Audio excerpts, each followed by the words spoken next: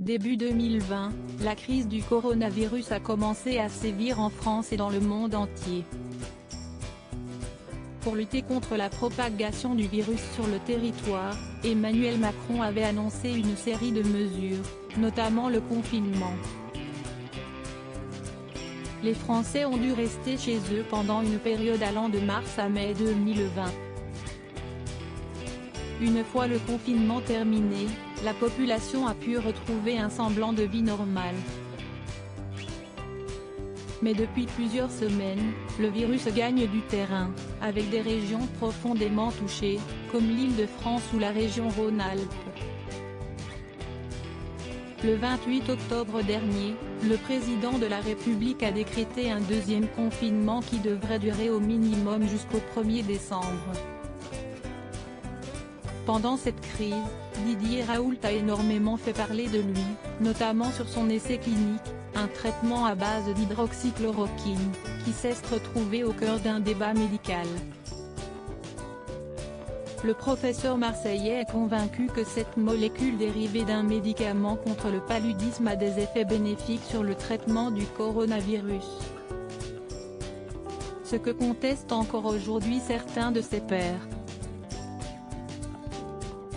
Un procès à l'hydroxychloroquine complètement bidon ce jeudi 12 novembre, Didier Raoult fait l'objet de poursuites devant l'ordre des médecins, qui lui reproche une kyrielle d'entorse au code de déontologie, violation de la confraternité, information erronée du public, exposition à un risque injustifié et même charlatanisme, a révélé Le Parisien.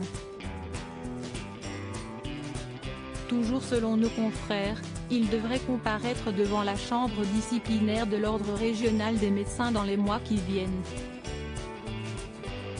Cette procédure fait suite à une série de signalements et d'une plainte adressée depuis le début de la crise du coronavirus à l'ordre des médecins des Bouches-du-Rhône.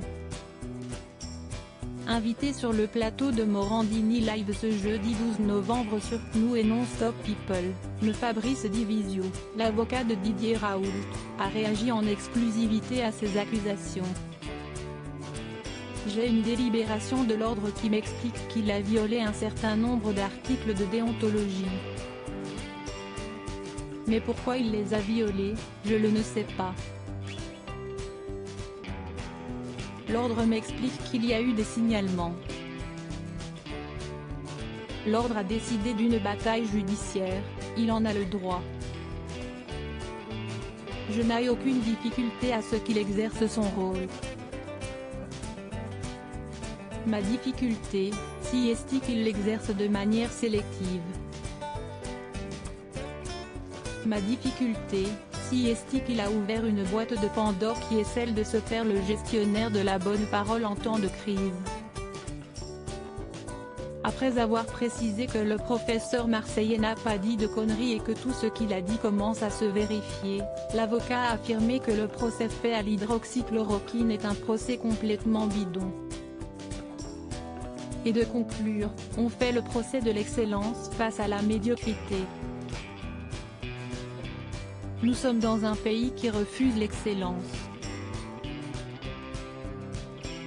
Par Non-Stop People Télévision.